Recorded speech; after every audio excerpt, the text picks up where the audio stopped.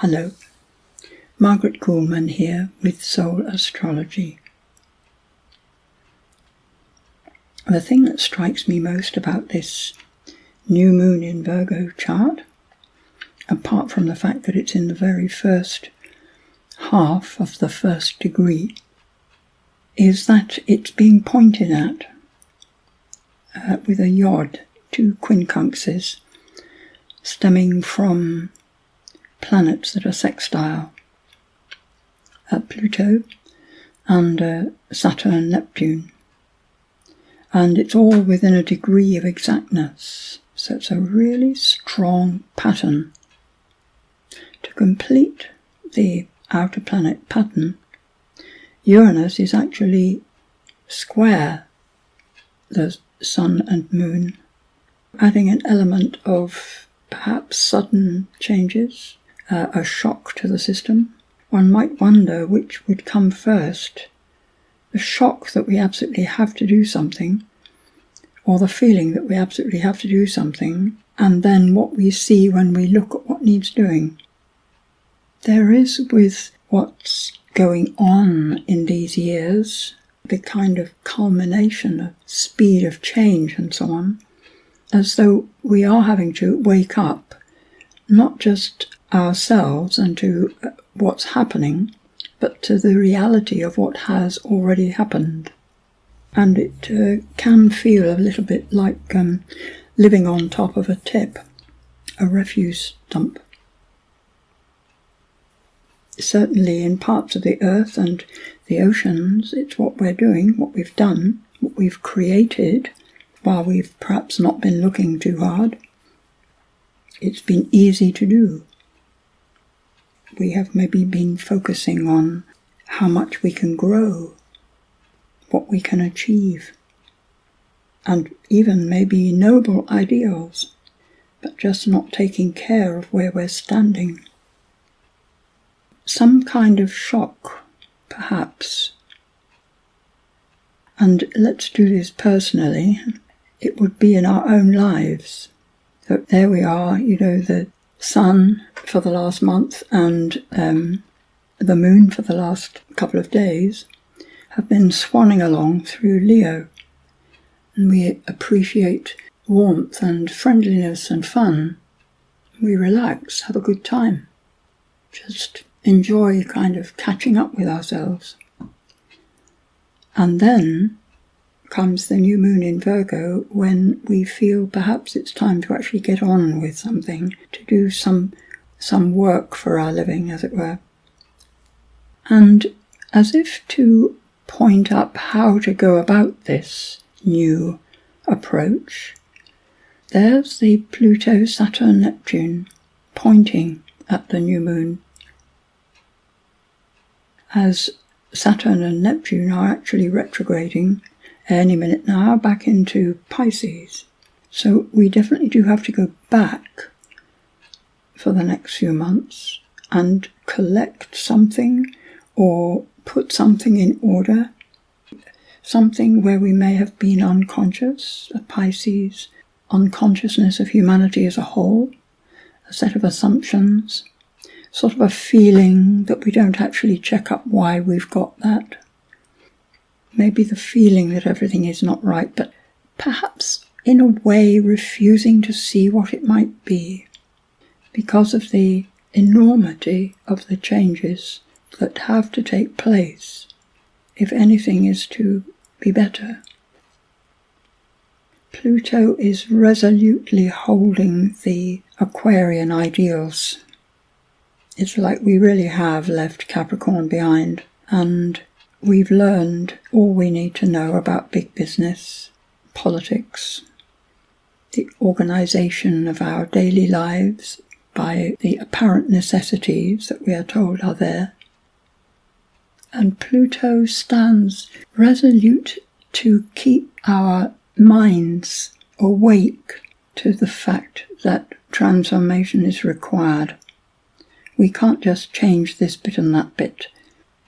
With Neptune connecting, this can be done more gently than we might have feared. But first we have to take responsibility for the result of our concerted efforts at life, and not blame each other or circumstances. So it's this owning the situation that we find in the world, owning our part in it, in maybe having allowed it to develop. Owning it is not blaming ourselves, it's just recognizing our part in things. And Saturn, Neptune back into Pisces will give us a few months where we can again look for inspiration from the higher levels of ourselves and the higher forces at work that are working with the earth now, open to inspiration. The North Node for us all, for humanity as a whole, is in Pisces, calling on the Spirit to inspire our efforts. And looking at the full moon chart, we find the moon is there. It's right on the North Node, or very close. And in fact, with the sun opposite, this full moon will be eclipsed. The interesting thing is that it's being eclipsed on the North Node. So that means that the light, the reflected light of spirit into the earth, into our everyday lives, gets shut off completely by material concerns, our focus on the earth as our reality. Obviously it's just for a moment because that's how the eclipse is, but this is the full moon eclipsed, and so its energy lasts for much longer than the day, and longer even than the rest of the month, indicating that we need to work at being in touch with the light, finding out how to do that in ourselves, because of course we are light on that level. In fact, our reality is that. And as that, we can be light. And the more of us that do that, the more powerful the overall influence.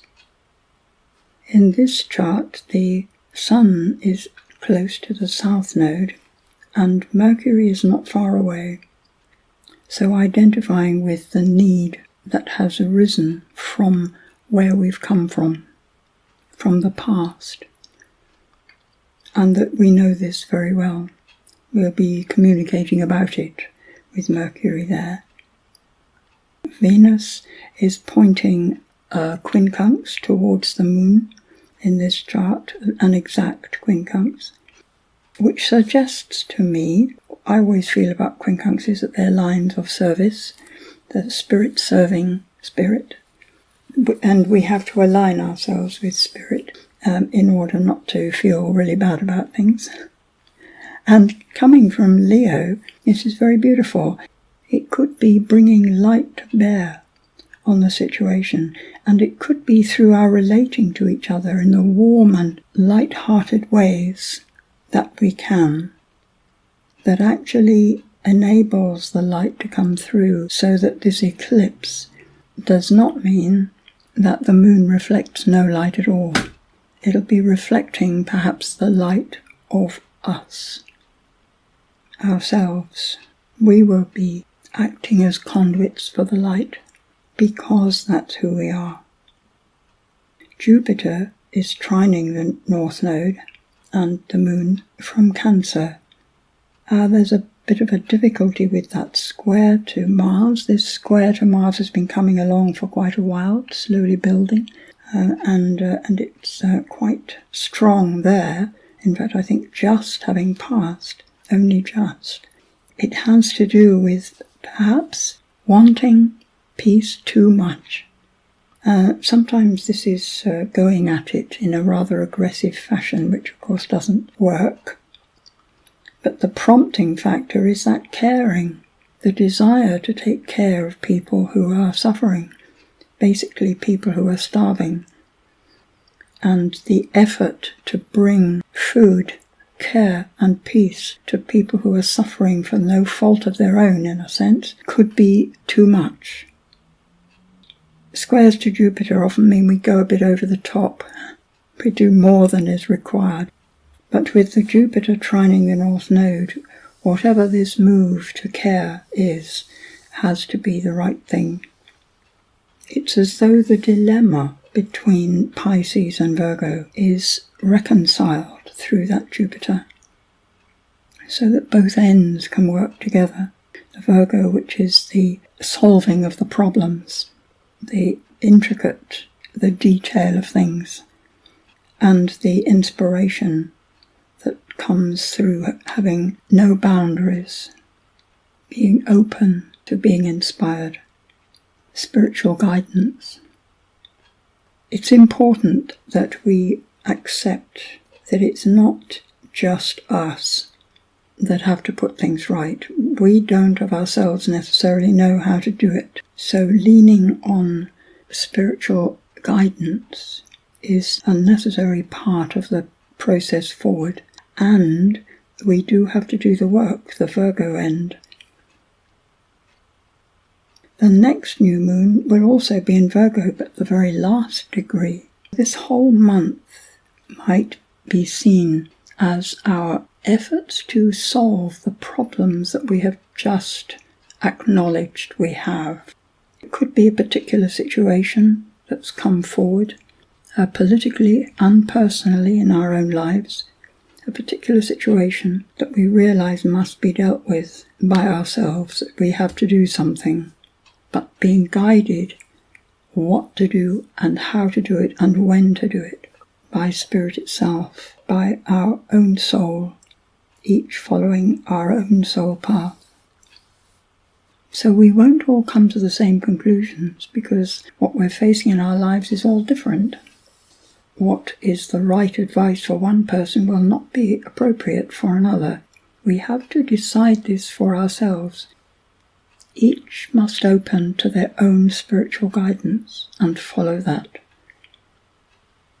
And may the angels be with us in practical ways.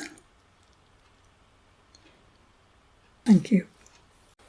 Know that your desires are received in the wholeness of life.